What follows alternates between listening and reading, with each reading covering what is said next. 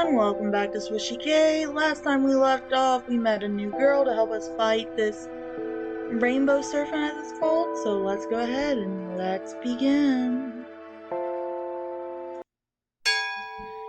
The lunch bell rings out, drowning out math teachers' explanations about quadratics.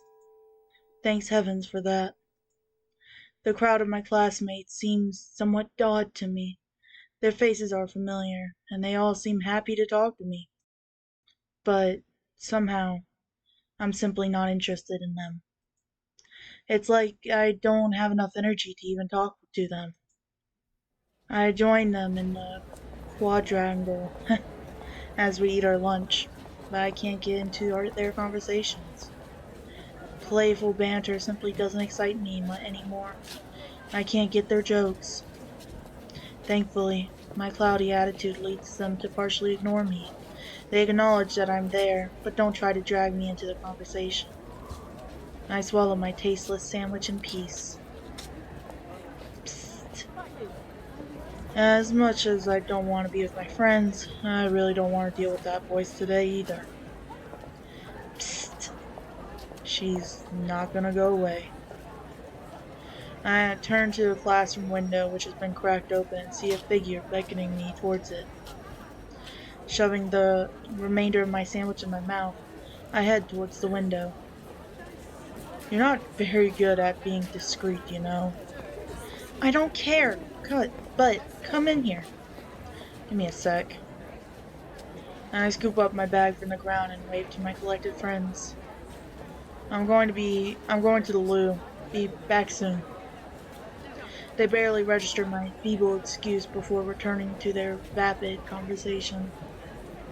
Ignorance is a bliss, I guess. Seeing the classroom practically empty makes it seem somewhat surreal. You know we're not supposed to be in here during lunch. Michelle's little head peers up from behind a desk at the back of the room. Exactly. Less likely to be disturbed, right? She stands up, a cheesy grin on her face. Surprisingly, her uniform is clean, and her hair less tangled than it was last night. Does she start every day looking like a normal student, and then gets progressively grubbier during her patrols? At this point, it doesn't bother me. I suppose you're right. When you said you'd find me, I thought you meant after school. I couldn't wait. Well, I guess this is a little less weird, but we should keep it discreet. It would suck if people started to talk about us.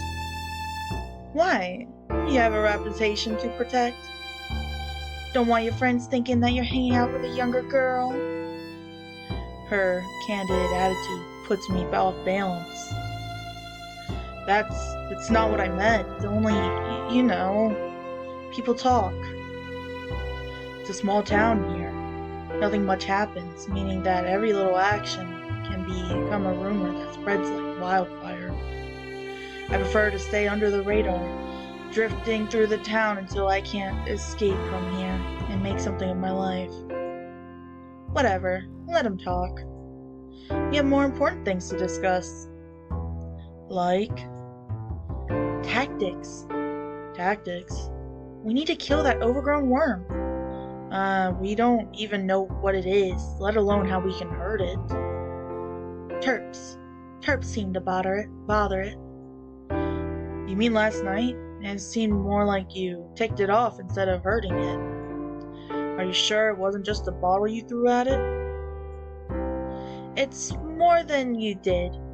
I didn't have much time to think of anything. It's better than trying to wrestle it. She's right. My charge in and start throwing punches tactic hasn't really helped. Okay. What are your suggestions then? Not sure. But I realized that maybe William would know something. That's why I came looking for you. William? You mentioned him last night. Who is this guy? A friend. Of sorts. I found him on one of my patrols, passed out. I helped him out and he was grateful. We started talking. I'd bring him food and he'd listen to my stories. Wait, bring him food? Yeah, bread, fruit, that kind of thing. I don't mean tell me what the food means. I mean, why would you need to bring him food? Oh, he's homeless. I'm not sure where he gets his food from, but he always seems hungry. I resist the urge to roll my eyes. Of course, the grody, weird-looking girl has a homeless friend. Maybe he was the only one she could talk to without calling her crazy. Like, things might be bad with her, but she could have at least be superior to one person. Great, William the hobo. And what exactly is supposed to help us with? Does the Serpent only attack people with homes? Shut up. Leave him alone. You don't know him. Okay, maybe I overreacted, but the point still stands. You've mentioned him before, but haven't given me any details. William is an elder. At least that's what he tells me. You mean a Borgonal elder? Yeah, what else? When I told him about the attack on my aunt and uncle, he said it reminded him of the stories he heard as a child. So, that's why you call it the Rainbow Serpent? That's what he said. He knows it from an old legend. Michelle seems genuinely happy to tell this story. It's almost as if having someone hear her out is enough to cheer her up. And maybe this William guy was the only guy to listen to her for the last 5 years. Even if he was just some bum who wanted attention. Ew. The thought of a young girl hanging out with a homeless old man conjures thoughts too horrid to explain to myself. Oh gosh, that is awful. Ugh. So you and he are friends? Just friends? No. We talk. Sometimes. When I can find him. He's usually on the edge of town, though, so we don't see each other often. He doesn't like coming into the city, even if he could find food and somewhere to sleep. I've tried to get him to stay at the shelter sometimes, but he refuses. So, I leave him to his own devices. Sounds like a real fountain of truth you've got there. Well, he knows more than you do. Michelle's expressions tell me everything I need to know. This is a person that she has connected with. Insulting him is insulting her. Sorry, maybe you're right. In any case, you think that he knows something?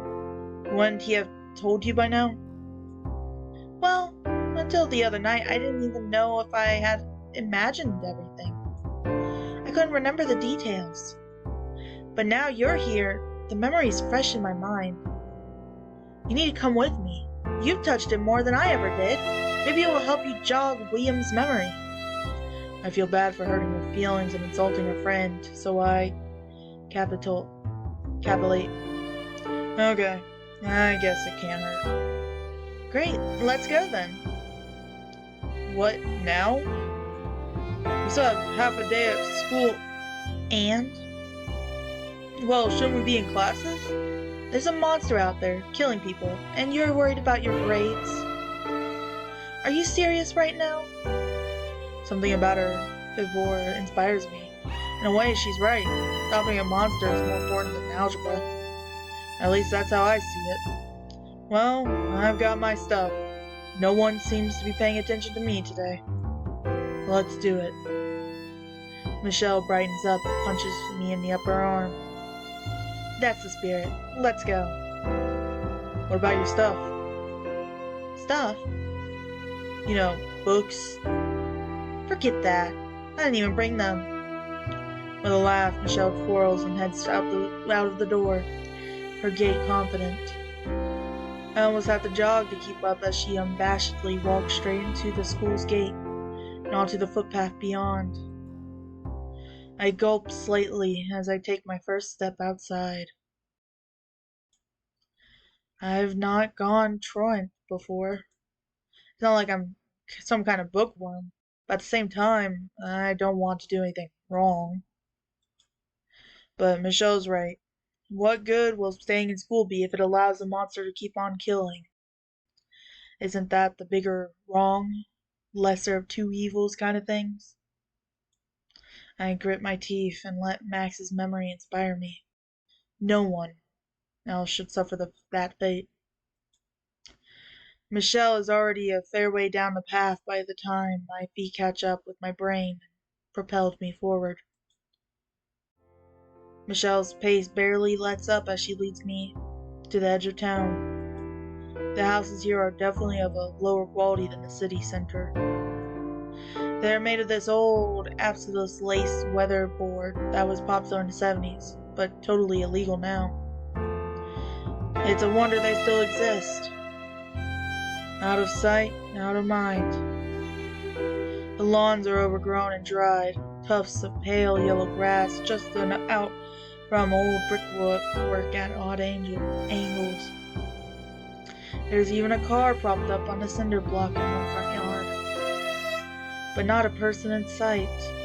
It's hard to tell if no one lives here at all, or if they are simply used to hiding from the rest of the world. And you say you come here often? Not really. Only to meet Liam. He told me that I would have more luck finding the creature near the river than this far out.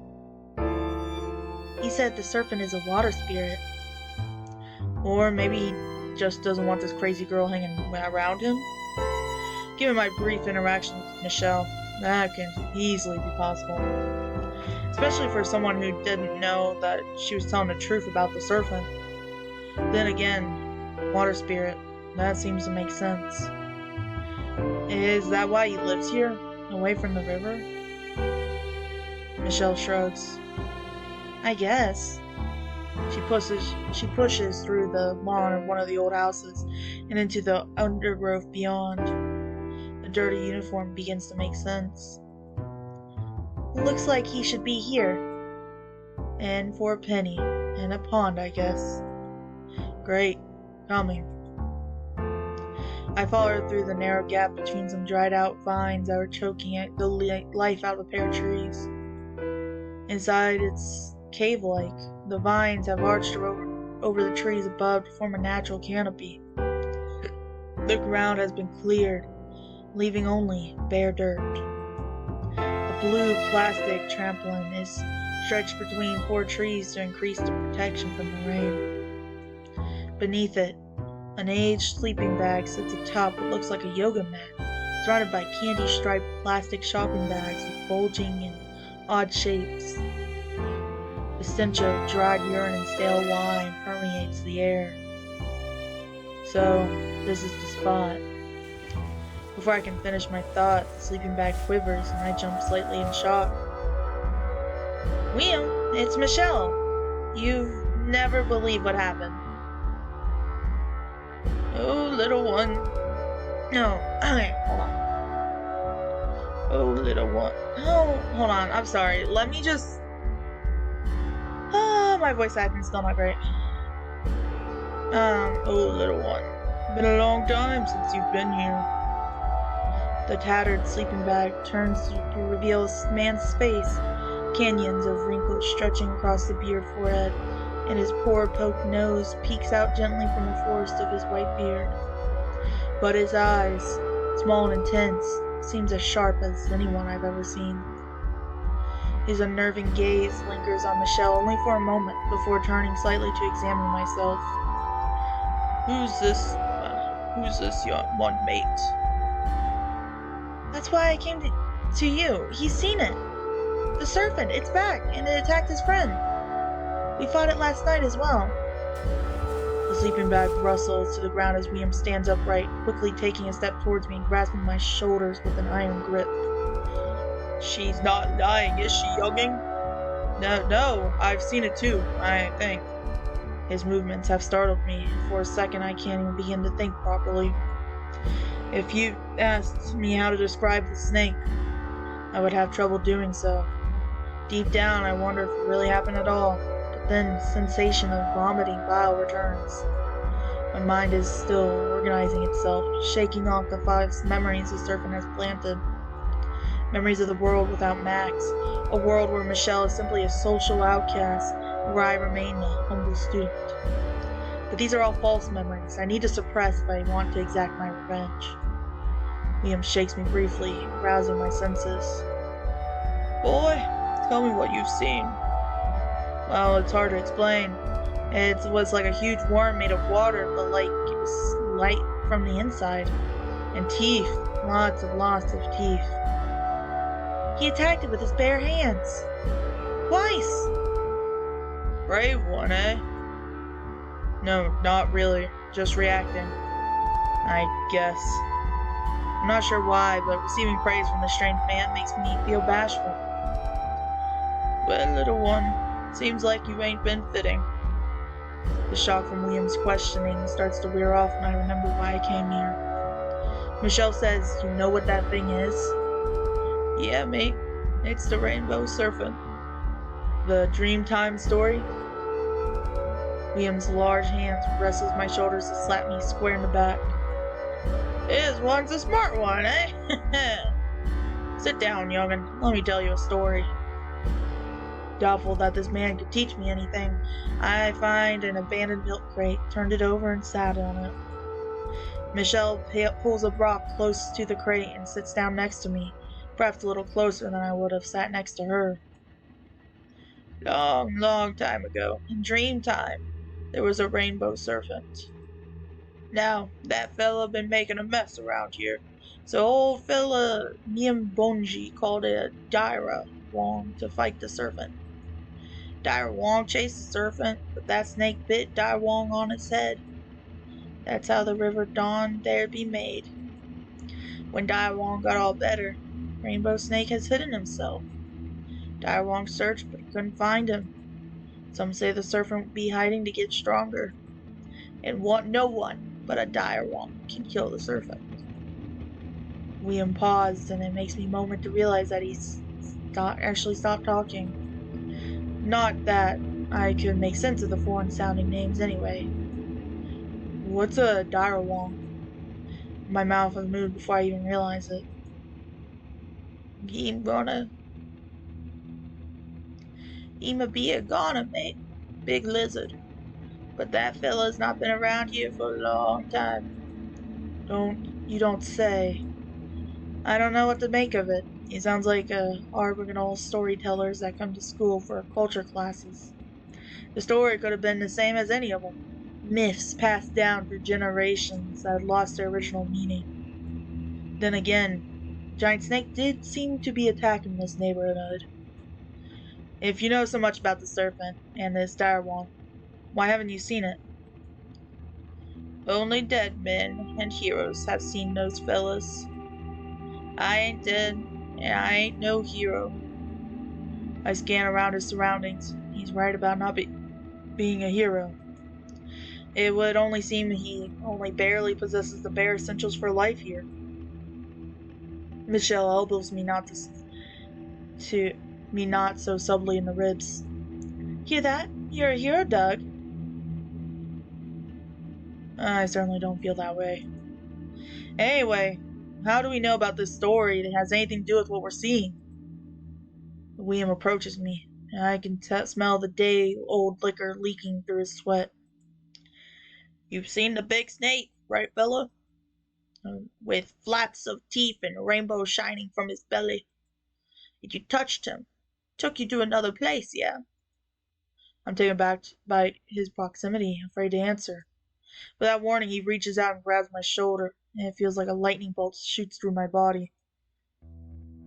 Memories suddenly become clear. I can see the serpent with perfect vision. It coils lay on the floor before me in Max's house. Yes, sir. William closes his eyes and tightens his grip on my skin. I can feel the bruise already starting to form. My memory skips back and forth. With every twitch of his hand, it's like someone skipping through a video. I see the serpent rear up and devour Max. Time skips forward, and suddenly I'm leaping from the stairwell to the belly of the beast.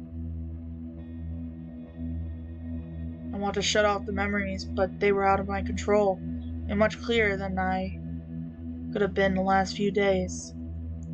I see him. I see that fella. I see you jump into him. And your friend, Max, him no longer in this world. He is in that fella's belly for sure. Gone. William opened his eyes and releases his grip. The electric sensation leaves my body and memories slip back into my subconscious. The small campsite returns to my vision. That was insane. Yeah, he can be like that sometimes. Now do you believe me? I rubbed my shoulder gently to relieve the pain. Do I have a chance at this point? Either all of that happened, or you've got access to some serious pharmaceuticals.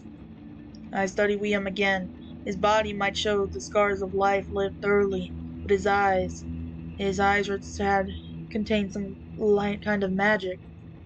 I'm not sure why I didn't see it before. They sparkle with some kind of inner light, a pale gold shining through his iris. So, how do we kill the rainbow serpent? You don't. Only Direwolf can kill that fella. And Direwolf hasn't been in these parts for a long time. Perhaps he don't care about us people no more. Maybe he wants us all gone. So he's letting that fella tear up the place. No, I heard it. We can do this. You can try, little one.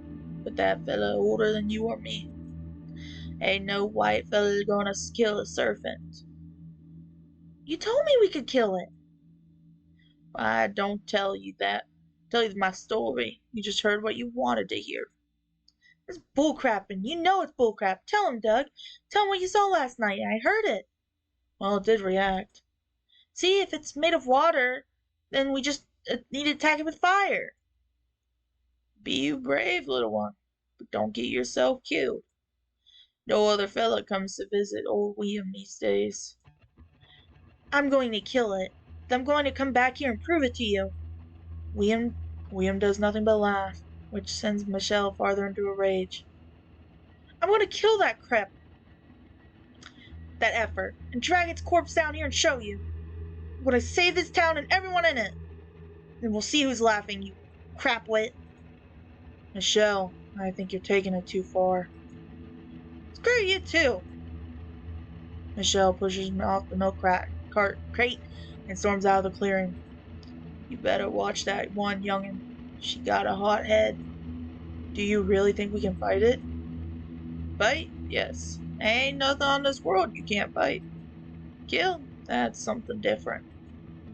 I ain't got no idea what that fella doing back now, but don't want you white fellas in that place. Best find out why. Or leave. William yawns, washing me in Callisto's laden breath. You better get your girlfriend. I'm going to sleep. You're right. She was pretty ticked off. Good luck, brave young gun. See you next time. Okay. Well, let's just double check our history, because we did bring up Matt a few times. I wonder if Matt popped in.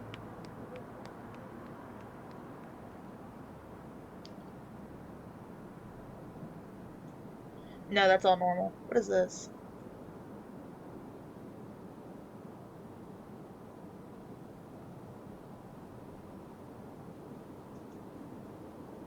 Okay. Well.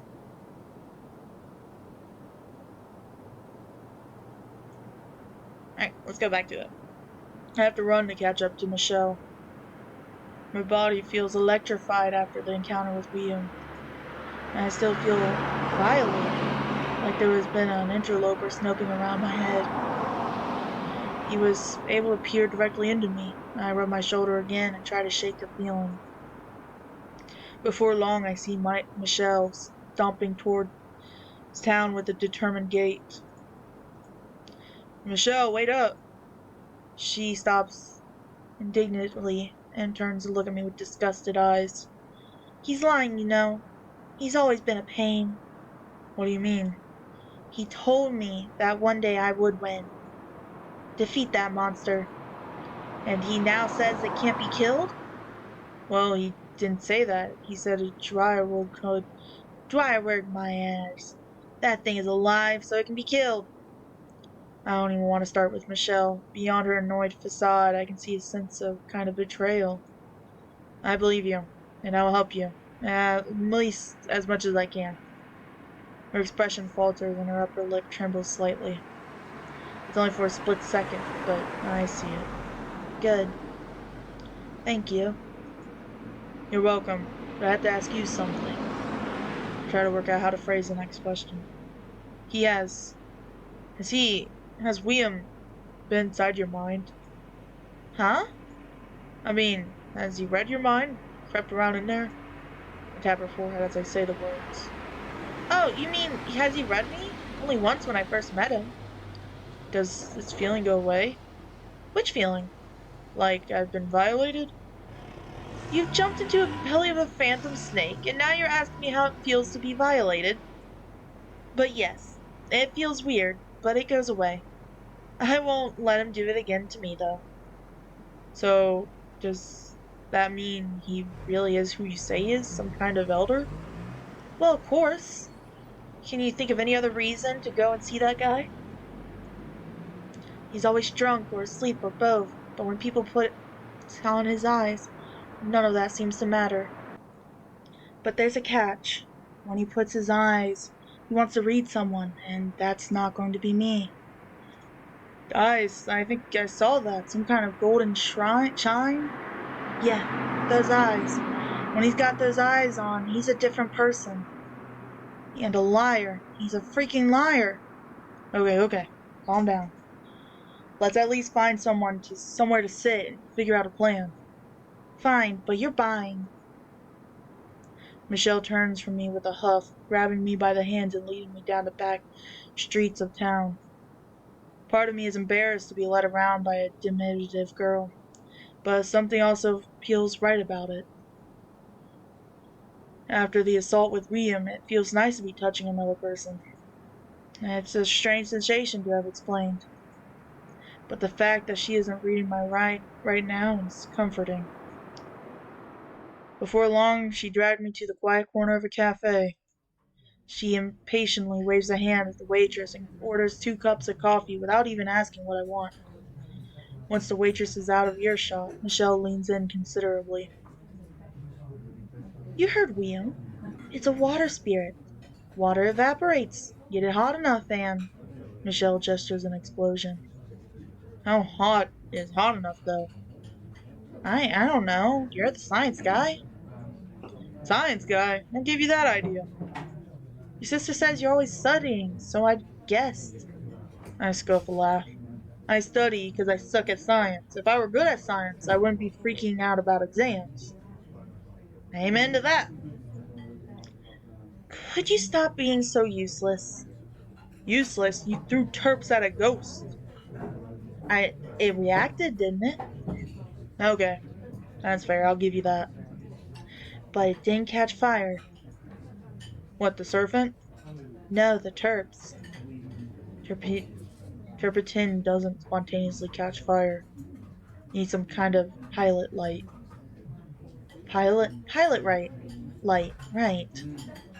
The waitress approaches and Michelle cuts her train of thought. At least she has enough sense not to discuss arson in public.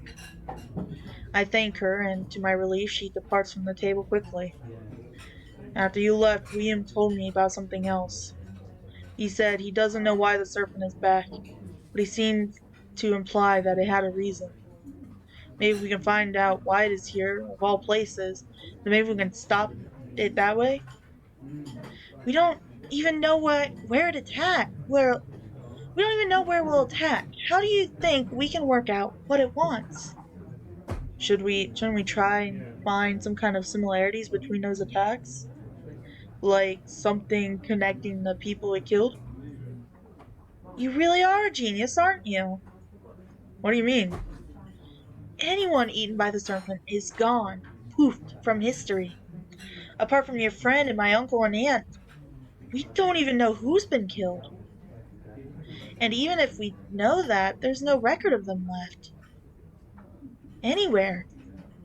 Now I understand why you need to study so much. Getting dressed down by Michelle hits home. Of course, we know nothing about the victims. Maybe that is part of the point. You're right. I searched through William's words to try and find a shred of answer. William said that we might not be able to kill it, but we can fight it. I think that is the only real choice we have, right? If we're fast enough, then maybe we can at least chase it off before it kills anyone? No, no, I'm going to kill it. That's for sure. There's no other option. Some way or another, I'm going to kill it. She surely is a mad woman, but somehow I can respect her for that. At any point, she could have given up and hid this monster from her world, gone from about her life in any way she wanted to, but she is facing it head on, regardless of the odds. And it's clear to me that she won't stop fighting until the Serpent, or herself, is gone from this world. A real battle to the death. Okay, count me in. Really, I knew you'd see it my way. Do you think that we can get William to help? That old drunk? He won't even step foot in the city if you paid him. Says that people never come down to the riverside in these parts. They thought it was haunted. Well, they're not entirely wrong, you know. I suppose you're right. In any case, we have to go to him if we need him. He won't come to us. That's a shame. He seems like he could be a help. I suppose, but we fight with what we've got.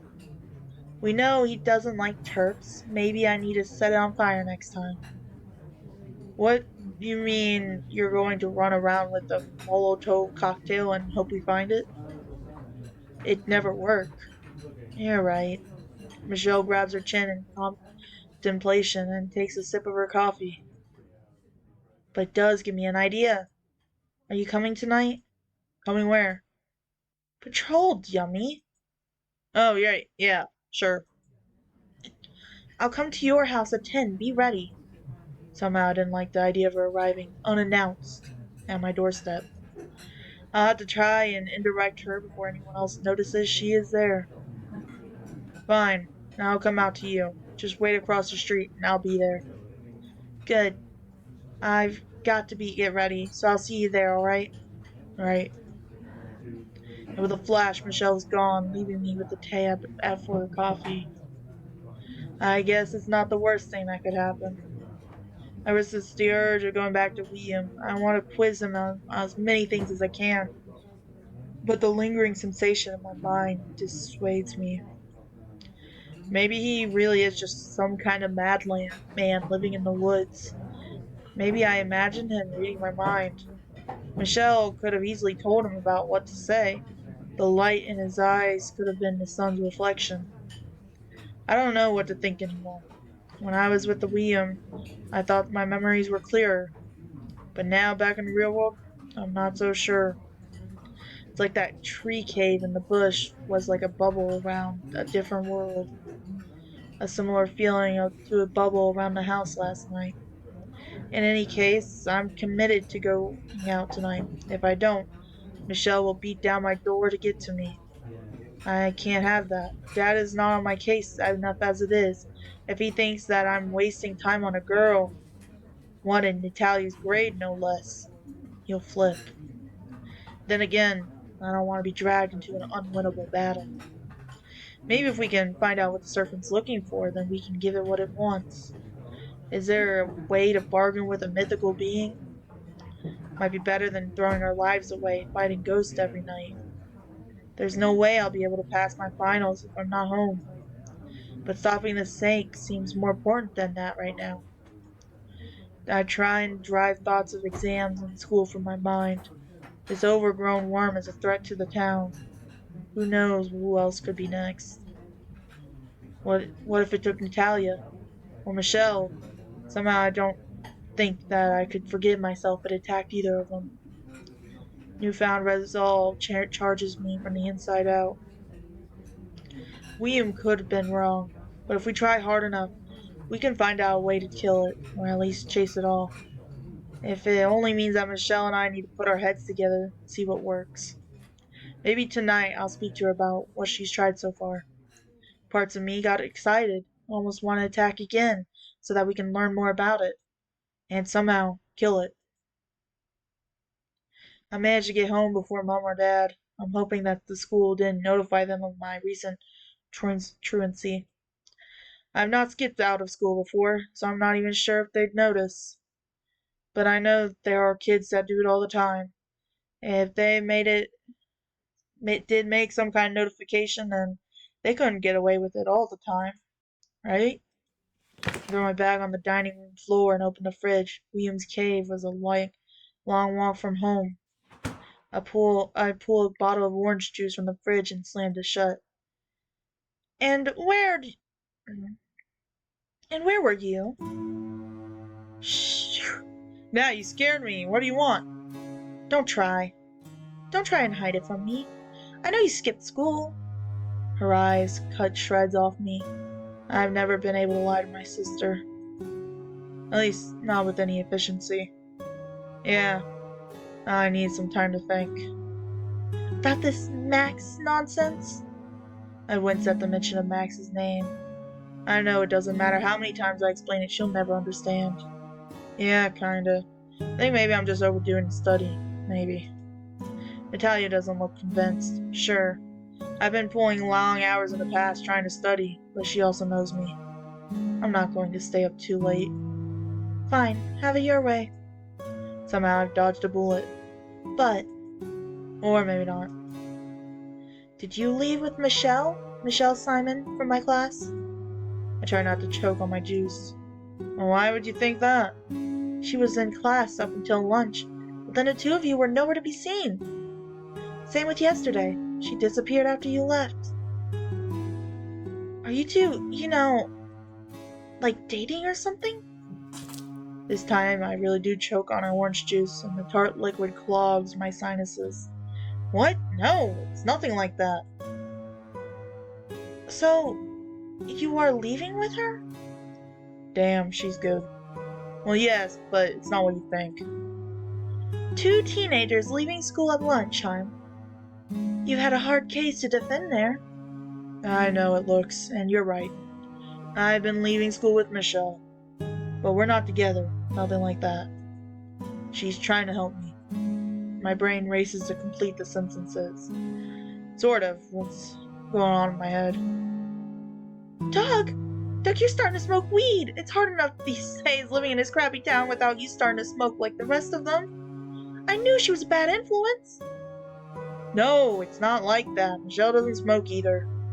Then why is she so weird all the time? That's harder to explain. But she understands what I'm going through. She believes in me. I want to believe you, Doug. But you're acting crazy now. You know that, right?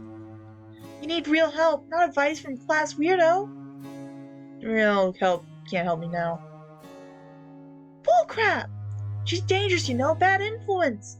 If you want a girlfriend, ask me for help. Anyone but her. What do you have against her?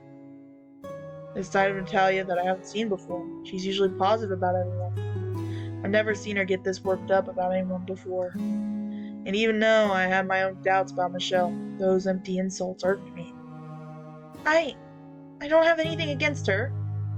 But I tried to get close to her and I couldn't. She pushes everyone away from her. She's nothing in common with anyone. That's not you, Doug. Part of me wants to fight back. But when I see how concerned my little sister is, I can't help but concede. Maybe you're right, but maybe she's just a little misunderstood. In any case, we're not dating, it's more like hanging out, I guess. Natalia's expression softened slightly, but I still see the concern in her eyes. I think you shouldn't do that. Nothing good can come from it.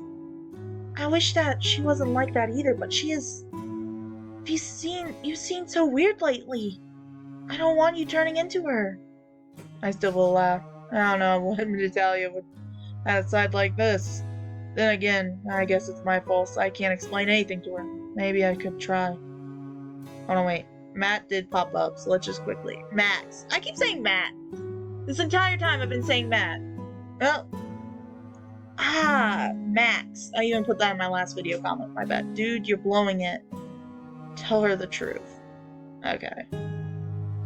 Dude, you're blowing it. Tell her the truth. Alright, we're gonna tell her the truth, I guess.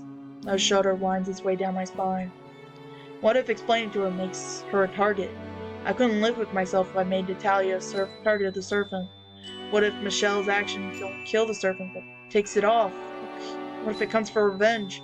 I feel that too familiar bile rising in my stomach. It feels like it's eating away at my soul at the thought of losing my family. I need to make sure she doesn't get dragged into any of this. Don't worry, I'll protect you. Huh? Doug, you really need some help. Do you want me to talk with you and Dad? No, that's not it. I think I need some rest. You're really beginning to worry me. Can you at least promise that you wouldn't, do her? What? No, of course not. Well, that's at least something. And no drugs. None, I swear. If I do find you're lying to me... Natalia holds a fist in a challenge, but I can see that she doesn't mean it. The concern hasn't left her eyes. Look, give me a week. If I can't work anything out in a week, you can tell Mom and Dad everything. Skipping school, Michelle, I'll even do a drug test. But I need you to give me at least a week. Okay, 1 week, that's it. I pull her into a quick hug, rustling her hair into the act. I knew I could count on you. You're a clown. Natalia steps away from her. Natalia pulls herself away from me and leaves the kitchen for her room. The bile starts to subside. I brought myself a week. It's not much time, but we need to start moving fast to understand the Serpent. If anything happens to Natalia, then I'm going to jump into the snake's mouth and destroy from the inside myself. I sit in my room, staring blankly at the textbooks. Polynomials simply don't seem real to me anymore. Mythical creatures suddenly taking up more of my headspace in the real world in front of me. Another day, and I'd assume I was high or something. But this is real. Too real. William's reading that has brought clarity into my memories, and I can clearly see the wash of the Serpent's colors blitzing across my mind. And those teeth, infinite rows of teeth to drag its victims down into the gulf of its belly. It terrifies me. Part of me wishes that it ate me as well on that fateful night so that I wouldn't have to think about it. Pull yourself together. I guess in a way I'm chosen one now. There's no backing away from that. The snake could devour everyone in the city and no one would be wiser. I can't let that happen. This thing's, it clearly is alive. It has some purpose. If we can't kill it, we can probably limit the damage. Maybe chase it out of town? I need to learn more about it. There's nothing more helpful on the net. Dreamtown stories are just that. Stories, legends. Centuries of mistranslations and interpretations that have left them nothing but fables. Tales of creatures crawling across the land, carving rivers into existence, and turning themselves into islands when they die. And the river serpent is one of the most widely spread legends of them all. I tried looking for Weeb's Dirong, but there's even less there. I gotta start fight a goanna that fought the serpent and got bit. Hardly helpful. That worm barely even has its head to speak of. Only those red eyes and limitless teeth. I shut down the computer in disgust. I'm not really going to be finding any answers with Wikipedia. If we're going to defeat this beast, we're going to need to do it ourselves. Michelle has been chasing this thing for years. Maybe she has more up her sleeve. But then again, she seems a little unstable. A little untrustworthy. Sometimes I get the sense that she's on some kind of ulterior motive for hanging around me. That killing the serpent is secondary to some other agenda. Never mind. I have my mission. I need to stop the serpent for good. Do whatever it takes to make sure it doesn't erase everyone from this town from history. Or the world. What if this beast was the beginning of the end of humanity? Could it eat its way through the last of human? I shudder at the thought of a lifeless world, spinning through the universe without a trace of humans ever existing. not even ruins to show that we were once here. My phone vibrates, startled me a little more. It's time. 9:45. I don't want Michelle knocking on my door, so I locked the door to my bedroom and crept through the window. The sun had set.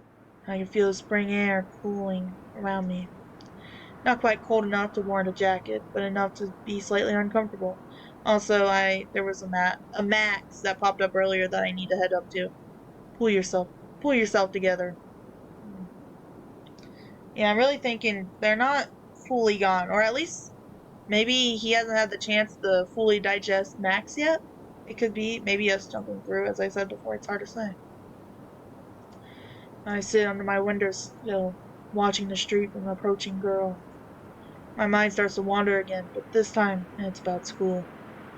I've never really skipped out of school before. I thought the world would fall down around me, but I guess they don't care. Our learning is our responsibility. That's what they say, at least. Teachers seem happy to put effort into the kids they want to learn. They save their energy on those who don't. I check my phone. Michelle's late. I didn't expect that of her. It's not until 10:10 that I saw the shadow shuffling across the corner of my vision. In the dark of night, I finally see Michelle, a large bundle slung over her shoulder. She looks like she's struggling. I don't want her causing a scene near my house, so I rush towards her. What do you got there? Nothing. Supplies. It doesn't matter. I smell terpene curacao on her. Can we get going? I was thinking we need to cover more ground, so I took these. I proudly brought up my dad's car keys. If we want to be able to catch this beast, we have to move fast. What do you think? Michelle looks ecstatic. You can drive? Kind of, I guess. But does that matter? What's more important is following the rules or catching this crapper. Michelle purses her lips and nods in approval. Good. This is good. Let's do it. I quietly enter the car as Michelle loads her bulky supplies into the boot. I hear sloshing and clanking, but I don't risk asking her about it again. So long as the car doesn't stink when I put it back in tonight. I have only a couple practice drives with Mom, but I think I got the hang of it. The roads are mostly empty at this time of night. As long as we don't get pulled over, we should be okay. Michelle, finishing the fiddling in the back of the car, takes her seat and closes the door. I was thinking that we could go to the top of the hill near the river and just keep an eye out. And if we see anything, we can speed there. Sound good? Michelle is still excited. Sure. Beats walking. I wonder if this is a bit of larency that will keep her tattered uniform from getting any worse. I'm not sure why I care about that, but for some reason I do. I think Natalia's overreacting. Michelle has been through a lot in her life. Of course, she's a little withdrawn and weird. Anyone who suffered that kind of trauma at such a young age is beyond to have some kind of mental issue. But if we at least succeed in subduing the serpent, maybe she'll be able to get some kind of closure. Be able to break free from the shadow that has been cast over her whole life, just as it has been in mine. In the end, I really do feel connected to her in a way. Right, then, let's go. I fearfully turn the key and shudder as the ignition starts the engine. I really hope Dad doesn't notice. He would be furious. Nothing ventured, nothing gained, right? I ease on the accelerator and the car lunges out of the driveway onto the road. You sure you know how to drive this thing? Yeah, it'll be fine. I nurse the car along the empty streets toward a small hill overlooking the houses lined up along the river. When I was young there was a good flood every year, but then the government strengthened the dam upstream. Since there hasn't been any major floods, they had to release some of the water from time to time, but it seems to be under control. I wonder, it's a water spirit, right? I wonder if it is upset about the dam, perhaps? As the danger subsided, people started to build closer and closer to the river. New developments popped up and support the town's growth in population. Rows and rows of identical kit homes. A few of my friends from school lived in them. The houses always smelt new, like a new car smell, house edition. I wonder if you can buy it in shops. Oh, you really can see most places from up here. Michelle peers through the windowsill as I park the car alongside the road of her street with a shut down engine. How long do you think it would take us to get to those houses if we saw it? I don't know, maybe a couple of minutes. I've never driven from here to there before. Hmm. Michelle seems to sigh a little. Well, how did you patrol in the past? I had a route. I'd leave home and then walk around that town. And if I saw something, anything, I'd chase it down. Did it work? I guess not, but then again, I found you, didn't I? I suppose you did. Does she mean the last time we saw the serpent? Somehow, I feel like that's not the case. Maybe because I can't figure out the meaning behind the sad note in her voice. I shake my head slightly. It's not that important. We need to get more systematic. If we want to work out the serpent's motive, we need to know where it's attacking and why. If we don't know who it is attacking, that will be harder. You're right. But how do we do that? Not sure. Maybe we need to start making the attacked houses on a map, see if they line up. Michelle raises her pocket and pulls out her phone. You mean like this? She shows me a map app with 3 pins on it. I thought about that, but I can't see anything, can you? She's right. I was hoping they would line up or something, but with only 3 points, it's a little hard to work anything out. I guess we need to wait until we get a few more points. As much as I hate the thought, perhaps another attack would help us unravel the mystery a little farther. Any other ideas? Michelle seems genuinely interested in hearing my thoughts. None for now. Sorry. I tried looking up stuff when William said, but it's pretty vague. Each tribe seems to have its own version of the rainbow surfing history, but none of it seemed real. You know, when you hear a legend that it was at least partially true, you can kind of tell. Like stuff around solar eclipses or floods or comets. But the rainbow serpent almost always seems like some pure fantasy, like the Greek gods. I think I know what you mean. Do you really have no idea why this beast is here for now? For real? Maybe it's always been here.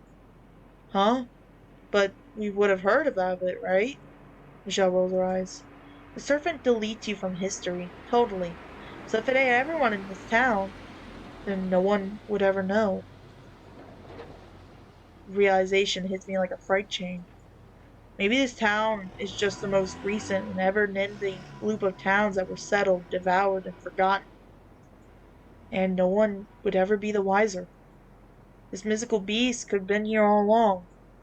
Then why would it allow the town to get this big? I don't know. Maybe it needs to eat a lot. You said we've been patrolling for what, 5 years? And it never attacked in that time? And now twice in 1 week? My mind spins as I try to find a pattern that I know is hidden there somewhere. Well, it's not like I covered the whole town every night. I might have missed it. Besides, I don't see you doing very much. She looks genuinely upset, as if I've insulted her. I reached across the car and put a hand on her shoulder. I don't mean it like that. Only that if things were waiting enough people to feed on, why did it only attack once and then wait 5 years? Michelle moods lighten a little, but then she calms down. Maybe you're right.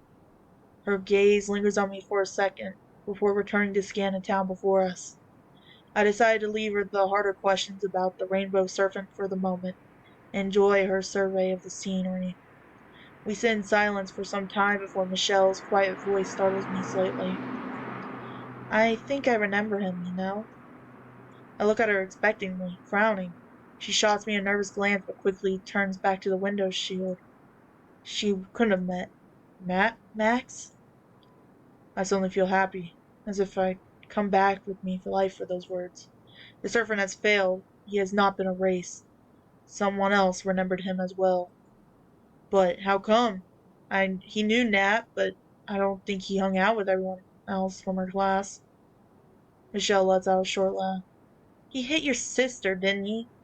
He hit on your sister, didn't he? My mouth opens and closes without a word, but I can't help but smile. Okay, hold on. Max. Whoa. Where is this coming from?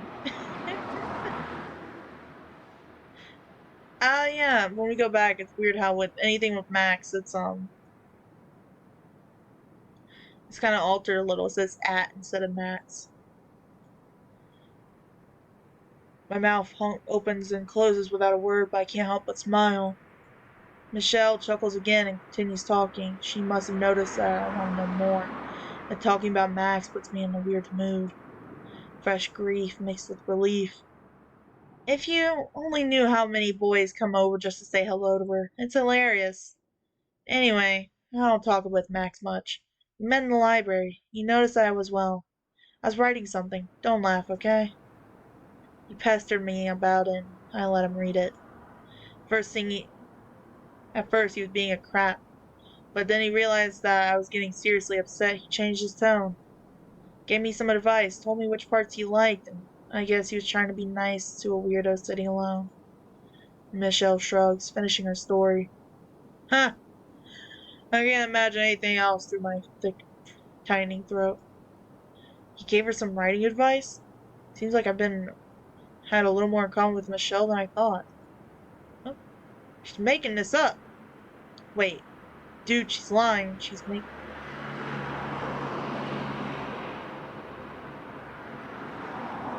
Huh.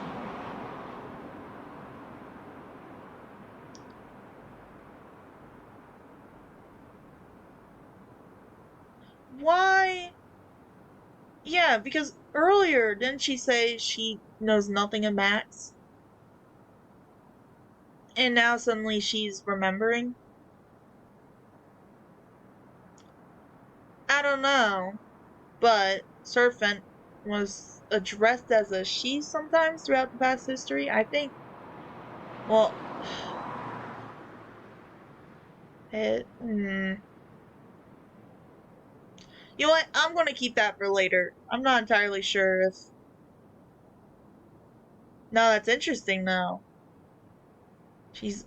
I mean, it does sound like Max, but she's genuinely lying according to Max, and I believe Max more, so... Huh. I gave her some writing... He gave... I already read that. The silly fan fiction we wrote together. Were they all in that little box underneath my wardrobe?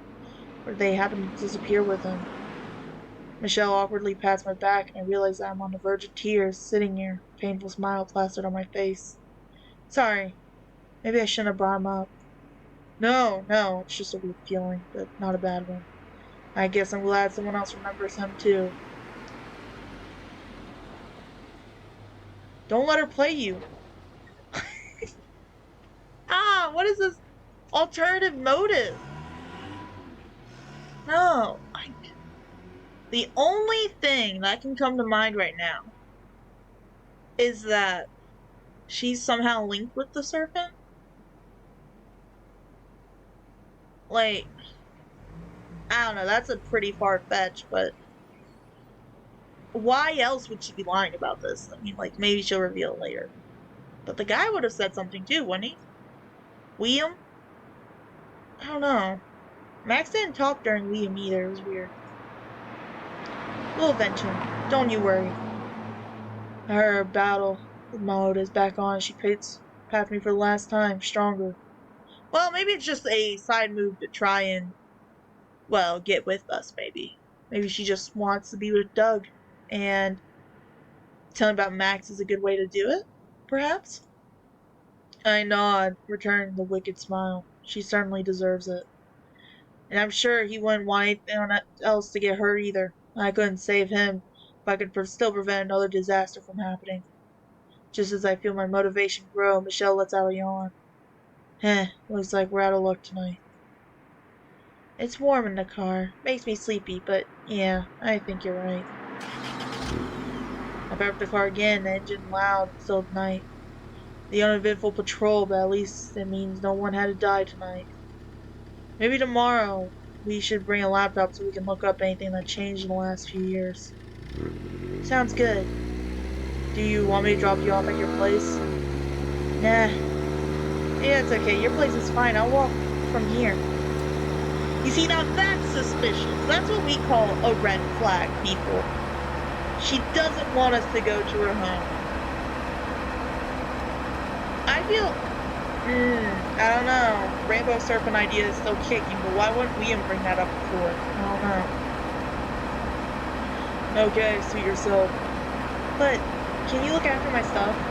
I almost forgot about the bulky bag in the back of the car. Yeah, because when she shows up, well, they were both on screen. No, they weren't on screen together, per se, but when she showed up, the Serpent just appeared-ish. And she's been with us this whole time and Serpent's not here. It is a little suspicious. I don't know. Sure, I'll put it in the shed. Great. I pull the car gently into the parking space in front of our own house. Hopefully no one will notice that I couldn't line it up too well. Same time tomorrow? Sure. Michelle flashes me a smile, then jogs off in the darkness of the street, leaving me to hide her equipment. I would have followed her, dude. Not gonna lie. I take a peek inside the sack, but all I see is a collection of pipes and bottles. I'm sure it makes sense to her. I stash the stack in our garden shed and slip back into the bedroom window before tumbling into bed. My head feels a little clearer, even though I've drifted off to sleep. Another human being remembered Max. He existed. He was my friend. I did not make him up. Confirming all this makes the pain of the loss sharper, but I can't help but welcome it. It's better than the confusion I felt for the last couple of days. You know what? Okay, side note again. She did keep bringing about how we've met her before, and it was actually at Max's house, from what I understand. I, I think she's the Serpent, not gonna lie. I think she's the Serpent in disguise, wearing a skin suit. Um, maybe. Is that a weird jump for me to make? It might be. Yeah, there's no other new thing. Let's continue. Confirming all this makes the pain of the loss sharper, but I can't help but welcome it. It's better than the confusion I felt for the last couple of days. And I can't help but feel grateful for Michelle for it. Before I can even close my eyes, I hear a slight rapping on the door. Come in. Natalia creeps into my room with a stern look on her face. Then the guilt washes over me. I can see on her face. She knows what I've been up to. Look, I can explain, just not now, okay? No, it's not okay. You had a chance to do something with yourself. You're throwing it away on that girl. That's not what it's about. Trust me, if I didn't have to go, I wouldn't. This is something that must be done. Natalia puts her hand for me to stop, her face quivering with a combination of rage and tears. Stop. Just stop. You don't know what you're getting into. She's really disturbed. There's rumors that she killed a snake in the schoolyard and cut it open. You could do so much better. I'm conflicted. Part of me wants to defend Michelle, but I can't do that without making Natalia thinking that I'm going crazy. And what excuse do I have for sneaking out at night to see a girl if we're not dating? Natalia has put me on the spot. I have nowhere to go. Look, how about you tell me all you know about her? Natalia nods and sits on my bed, its frame creaking at the weight of two people. She's always kept to herself. No one understands why. Even in group work, she does the bare minimum to not get in trouble, but that's it. She's absent all the time. Just doesn't show up after lunch or comes in late. Sometimes you can tell that she hasn't showered. When she has to do a presentation, it's always on some weird crap. One time she lectured us on arboreal creature for a science presentation. That doesn't make her a bad person. Natalia shakes her head. You don't get it. Some people are weird, some are shy, some are just stupid. But she's malicious. I can't explain it, but there's something in her eyes. Like you read her about serial killers. I resist the urge to laugh. Natalia's thinking, clearly taking this seriously, but at the same time, she's going over the top. Where is she, dude? I don't know. What if I'm wrong about Michelle? Natalia has known her longer than I have. She just appeared in my world a few days ago. Natalia would have said, been dealing with her for years. And I still have no idea exactly what I have stashed in our garden shed. but I know for sure that it's related to her obscene with petrochemicals. Doubt began creeping in my mind. What if I contact with the serpent has turned her into a psychopath? Or is that the fate of everyone that stares into the infinity with that beast? I shudder at the thought. Then I remembered her awkward smile and pat on the back when she was talking about Max. Self-mockery when she admitted to everyone thinking of her as a weirdo. She hasn't twisted. She's just a regular girl, tormented by the past that she could not explain to anyone. And if she wasn't there for me, I wouldn't have explained to me all those weird things about the serpent. I'd probably just go mad myself. But Nat could never understand that. No matter what I say, she's known Michelle for longer. There's no way I could convince her. I can only try to put her mind at ease. Don't think it's that bad. That's what everyone says about those murderers. He's such a normal guy. You never expected a thing. Well, that might be true. But it's not like we're dating. We're working on something together. I can't tell you about it. Once we're done, we'll Splitsville. Promise. What's something? I can't slip anything past her. Nothing. I can't tell you. You wouldn't understand. Try me. My mind races to find an excuse. But nothing the flimsy half-truths come to mind. Something floats to the surface. It's half ours, but it'll have to do. It's a Duke of Edinburgh's award. The what now?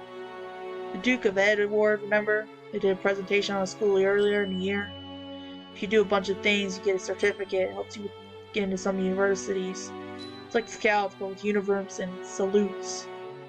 I'm glad I remembered that much. I only attended the presentation because Max thought it would be a good way to skip an English lesson. We goofed around the back of the hall until it was over, grabbed our bags, and left without signing up.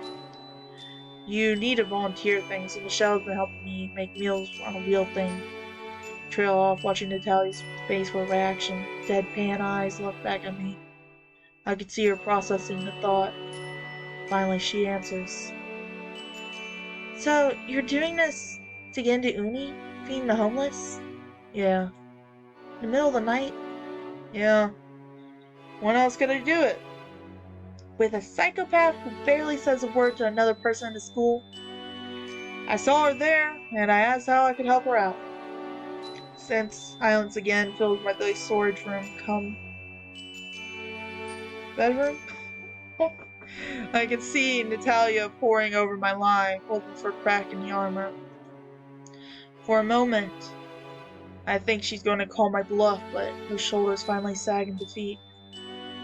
Look, I don't know what you're on about, but you don't have to look thin yourself this week. You've been skipping school, acting like a maniac, sneaking out at night. You're not you recently, and you're scaring me a little. If something happened to you, I don't know if I could go on. And I could see that she's holding back tears. I can sort of see where she's coming from. I'm sure that she's getting the suicide watch lectures in her health class, and is probably playing with her mind. Not that we know anyone that has committed suicide, but then again, that's the first time for everything. You don't have to worry about me. I'm doing this all I can to get out of this backwater town. I'm to go to this big uni somewhere and do something with my life. Uni? Uni. So I need to get every boost that I can. It's better to wrap a lie in some truth. I want out of this place. At the same time, I haven't much done towards that end. And now I'm fighting some phantom lizard with a psychopath. That doesn't seem like a wise career path to me. But it's something that needs to be done. And maybe a psychopath is what I need to help me through that. Okay, just away from Michelle as soon as you can. Get this Duke of whatever thing out of your system. And then get away from her before she gets attached. I promise. I'll hold you to it. And don't you dare sleep with her. My cheeks feel red hot as I blush at the suggestion. Never! You don't have to worry about that. Okay. Good night. Night. Oof. Natalia stands up from my bed, sending squeaking creaks through the silent room. As she disappears into the hallway, I ponder her concern. Sure, I haven't been myself, but She's normally never said anything bad about anyone before. It's unnerving. So far, I've blindly followed Michelle's directions. Maybe she has been wrong about this the whole time. Maybe she is leading me astray somehow, or that there's some ulterior motive to her actions. I don't know. Maybe I'll talk to her a bit on tomorrow's patrol. Natalia doesn't know the whole story. How could she? Without that, of course someone like Michelle would look like a psychopath. But then again, killing snakes around sounds like something that she would do. I lay down and pulled my blankets over me, hoping that sleep will swallow me quickly. Tomorrow's another day. Weird. And another chance to find out what that snake is up to. Let me read the history. This might be end of chapter, actually.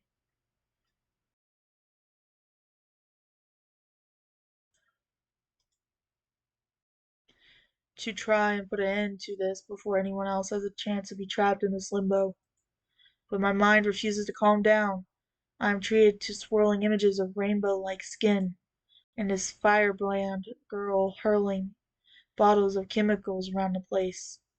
I wrestle the monster again, watching Max die on the side, his face bloodied. I keep struggling, but there's just no use. I have no control over what's happening. I can't save him. The fire dies down and the darkness surrounds me. Only the gurgling of water remains, filling my ears. And suddenly, I can see someone above me. A washed-out memory resurfaces as I drift off into sleep. Young girl checking my forehead, asking if I'm fine. Her voice sounds familiar.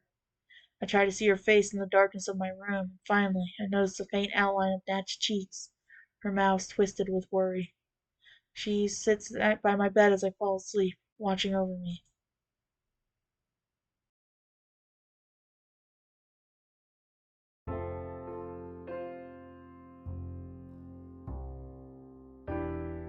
What?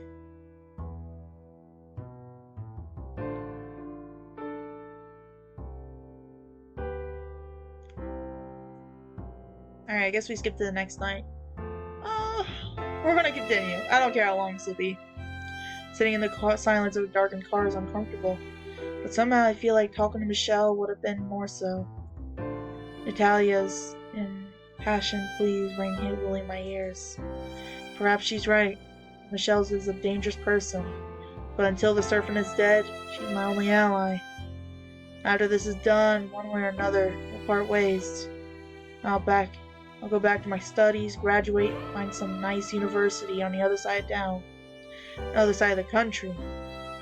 Maybe get a night shift job to have some spending money. Party away from the memories of supernatural beings. Sounds nice. Sounds nice if it were true. Deep inside me, I can see a future where I do nothing but fight the snake until I die. Every night, charging in a battle with a mortal enemy, till it finally gets the upper hand on me and I disappear from history. It's a depressing thought, and I sigh in frustration. You're not yawning, are you?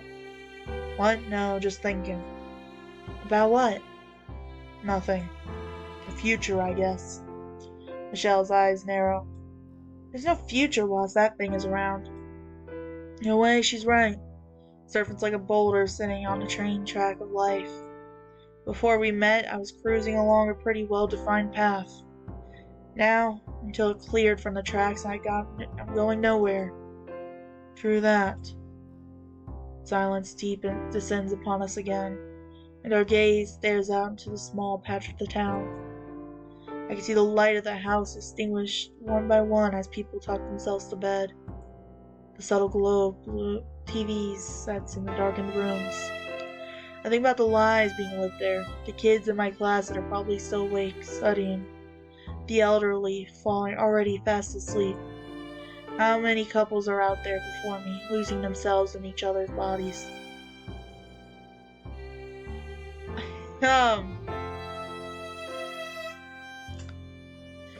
I heard there's a not safe for work version of this, and there's an option to slip that on and off. I do hope. I haven't seen that option, so Oh, you know what? One quick.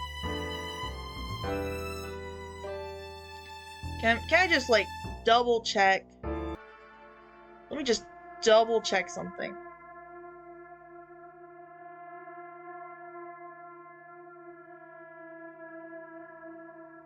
It doesn't have... I'll assume we're safe. Alright. I'm sorry about that. And yet, here we are, a couple of kids, watching over a town that doesn't even know and needs protecting. Why couldn't this just happen to anyone else? There! Michelle's shrill voice tears through the air. I'm sorry. There! See it? I squint through this windshield, trying to follow her outstretched finger. I don't really where. Who cares if you can see it? Let's go! That's suspicious. Michelle's orders run directly into my brain. Before I know it, I'm turning over the ignition and driving mindlessly. Where to? Down by the river, near the parkway. Move it! I aim the car towards the town and head down the hill. Out of the corner of my eye, I think I catch what Michelle sees. A spear of multicolored light bursting from the windows of a house. Flashbacks of Max's house were playing to my mind. I forced them out of my consciousness. I see it. Michelle unclips her seatbelt and clambers into the back seat. What are you doing? Preparations! You have to drive. Let me deal with this.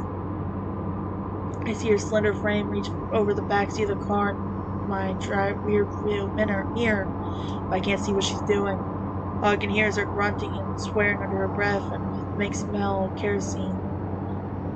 It would appear she graduated from Turpentine. Thankfully, the nighttime streets are empty, allowing me to speed up through the town towards the parkway. Bile builds up in my stomach, and I taste ozone over the petrochemical smells Michelle is producing in the back of the car. We're on the right track. I push through the sensation, take a turn onto the parkway a little too fast. Watch it, you idiot! Michelle curses as her body slams inside the car. Sorry, I wanted to get there as soon as possible. Are you ready? Hey, you bet I am. The rising sensation in my gut reaches a crescendo as I see the house appear before me. It's a 3-story house, and the Serpent Technicolor auras pouring out from every window. Leave this to me. Michelle tears open the car's rear door before I can even stop the vehicle. She's carrying some contraption made of pipes and tubing around which is faint glow? You can't be serious. I rip up the car's handbrakes and charge after Michelle, but I'm far behind her to stop. She's already into the house. I feel myself to the Serpent's bubble. Time seems to freeze. I plunge into the gut-wrenching blackness of the house. Whatever Michelle's carrying casts flickering orange shadows around the entranceway. Oh my gosh, she's coming! Come out, motherfucker! Okay, maybe she's not gonna do this thing, but she is goddamn psychotic.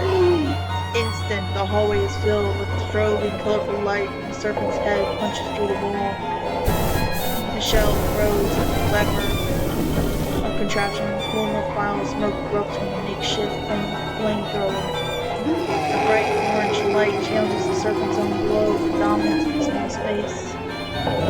An ungodly sound of tears through the bone of flames looks over the Serpent's body and coils through the wall from the king. Smoke alarms instantly add a note to their shrill cry. Puddles of fuel still flaming along the highway.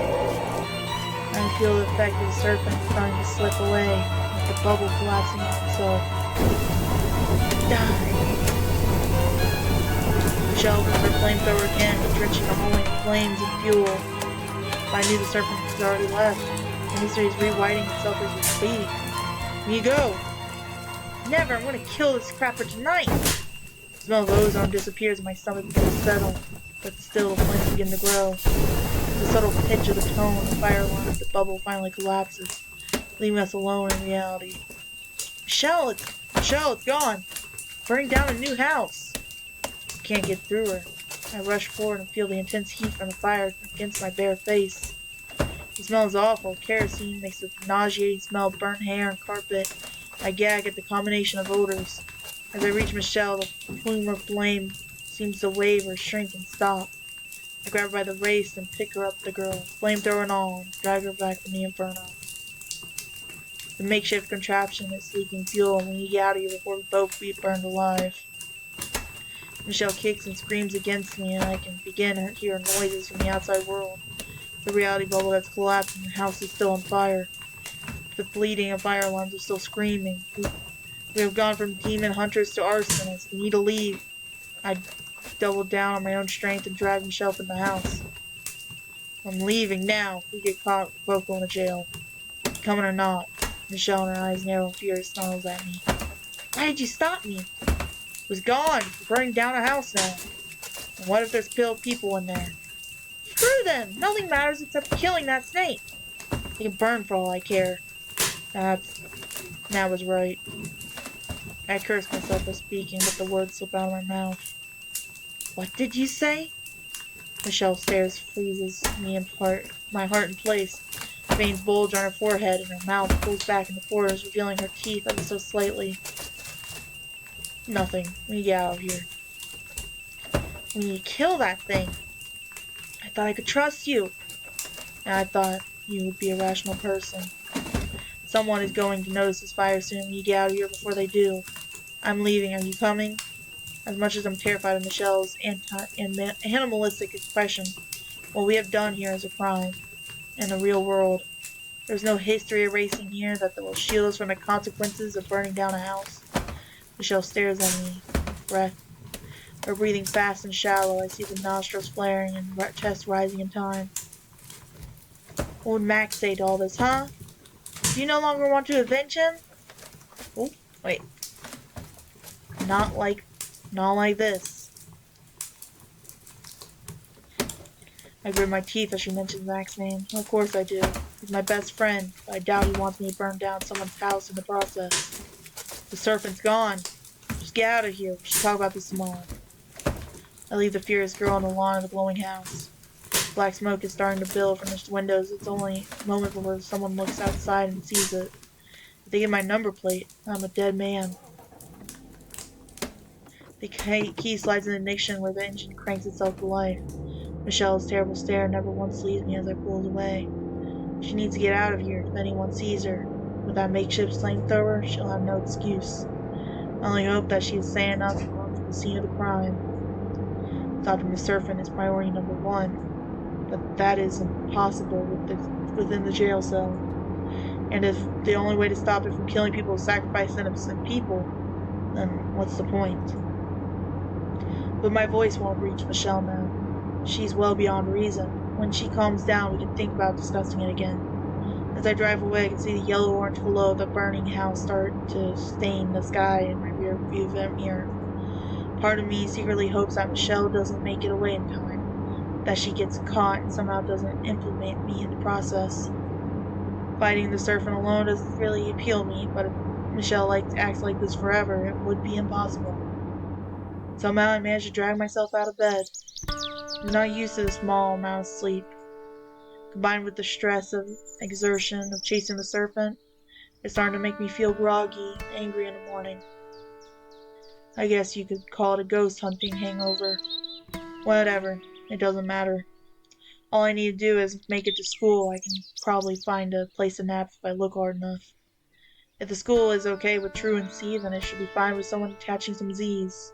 I brew a pot of coffee. The dribbling sound of dripping liquid in a glass pot is loud in the morning. It doesn't take long for there to be enough for me, so I hurry to pour a cup. I throw in an ice cube or two, take off the edge, and I take a deep draught. Lukewarm caffeine strokes my esophagus and starts my body ticking. I hope Michelle got away last night. There were sirens blaring all through the night. It must have been a hellfire. Anyway, what is done is done. You can't take that back. As long as no one else saw us leave the area, we should be fine. Good morning, sleepyhead. I didn't expect you to be here before me, Nat says, helps herself some cereal and some orange juice from the fridge. Should I pour you a cup? I'm fine with juice, thanks. She's yet to develop the unhealthy addiction to caffeine that seems to fuel the rest of the family. Between Mom's shift work and Dad's late nights and my studies, the rest of us find it hard to make it through the day without some kind of help. But Natalia is still a kid. She doesn't know what it means to need coffee and even hold a conversation. I'm jealous of that. It won't be long, though, till she's just like us. The half-dream from the light night comes back to me and I suddenly feel grateful for her presence. That is my anchor in reality. Always there to catch me up when I'm falling. I'm still not sure about the memories about Max's death, but maybe, before the reality overwhelmed itself and removed him from history, she helped me yet again. I feel gratitude and guilt washes over me, trying to smile despite my fatigue. Yeah, well, study and all that. An early bird gets the worm. Lying to her is painful. I can see her scrutinizing me. I know she wants to say something, but she lets it slip away from her. You're right. At least that's what I'm starting to tell myself. Natalia sits across from me, whips out her phone, scrolling through. In her left hand, she shovels the cereal through her right. She slurps up the milk with a little. I'm not sure Mom would complain, but she hasn't joined for breakfast in weeks. Most mornings, it's just Nat and I sitting in silence, like strangers on a train. The thought of alone stirs me into action. Do you want to go to school together? I want to find some way to tell her that maybe she is right about Michelle. Maybe she knows some way to control her, at least some kinds of way that I can get her to listen to me. Love to, can't though. Have excursion today. Excursion? Where to? The dam. It's for geography, water supplies, and that like. Natalia's clearly distracted by her phone. Her usual prose has been clipped into short sentences. Alright, have fun. I'll have to find some other time to talk. Chances are I won't be seeing Michelle until late tonight anyway. I can't wait. Oh my god! I start at Natalia's sudden exclamation. What is it? It looks like there's a fire downtown last night. It didn't take long for that news to break. And people inside died. Oh. Oh, that's not. I swallowed hard to prevent my panicked heart from bursting toward my chest. Died? Here, look. Natalia passing me her phone. An article from a local newspaper flashes on the screen. Tragedy has struck Penrith as a house fire turned deadly overnight. Fire crews battled with the raging inferno throughout the night. Once the flames were extinguished, they proceeded inside to make a grisly discovery. The remains of two people thought to be the inhabitants of the house were found inside. Obviously, there will be a full investigation that scours the fire and why the occupants were unable to escape. Well, I know investigations-ish, and I understand they will be able to find the fuel remains traces, so they'll know it's an arson case. I'm not sure where. Oh, that's cute, though. That is actually horrible. The remains of two people. A full investigation. Chills run down head to toe. I can't help myself from shaking. Are you alright? Did you know them? No. The words somehow creep out by themselves. My brain is frozen. I'm trying to process what happened. I scrolled down slightly to find a photo of the house surrounded by fire trucks, discharging their hoses in the flaming building. There's no mistake. That is the house that Michelle and I were in last night. We're murderers. Murders. This wasn't supposed to happen. I wanted to kill the beast so no one else would lose anyone. And yet, we've ended up becoming killers ourselves. I lose the fight with my stomach and vomit starts to race towards my head. I barely make it to the sink before the black coffee I drank a moment ago is spiraling down the drain. Are you okay? Natalia jumps on me and grabs my shoulders, patting my back instinctively to help me calm my stomach. Yeah, fine. You don't look fine. It's okay. Coffee didn't sit well with me, that's all. I try to hide my dry energy from her as I sit back down. Maybe you should skip school. Get some rest? Part of me agrees with her. I want to run as far as I can from this town and everyone in it. Especially that maniac Michelle. She should have listened to me. I I told her that the reality bubble was collapsing around us, but she wouldn't stop.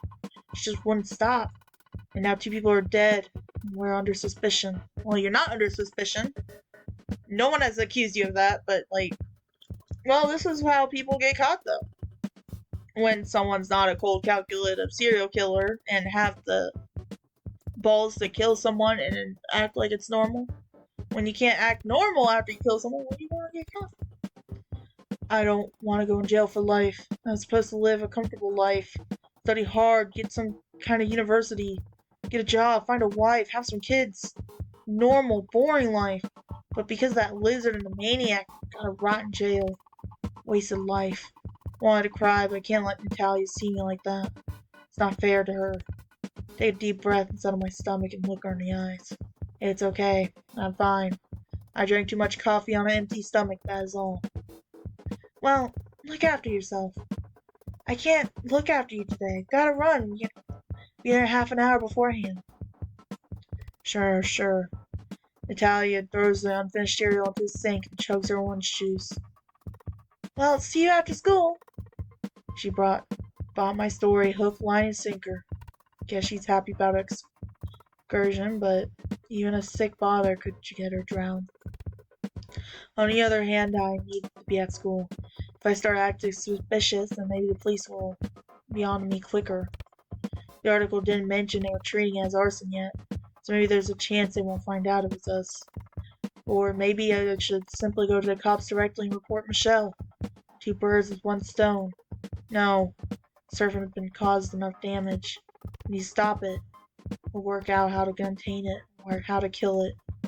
Then, once it's done, I hand Michelle over to the police like the killer she is. Maybe they can get her the help she needs. Maybe not. Either way, she won't be my problem anymore. Just need to kill that monster and be done with it. Okay. Unfortunately, let me double check her history, because usually when we encounter the snake, things get weird, but it might not.